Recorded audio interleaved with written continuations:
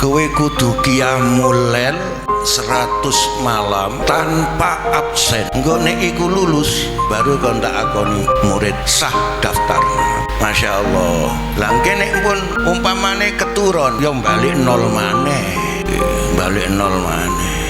Kula tau wae kadare tok napa mbake carane. Kula niki kan kadang-kadang tangi niku abot angel dijawab kabeh wong tangi turu abot iku kabeh. Wong sampeyan kae lho teko tangi turu ya ngulet-ngulet dhisik kabeh. Sampai ngeten doktrin kula. Kane kepingin tangi gampang, begitu ngelilir wis gak ade donga-dongan. Begitu ngelilir kaya sepeda motormu anyar mang kontake kantil kontake ndok embong. Oh, mesti tangi grigap-grigap kan. Nek ngono sik gak mempan ae, tangi turu langsung nyemplungo jeding. Kok sik males ae, metu nang jabane omah bathukmu tatapno cagake listrik.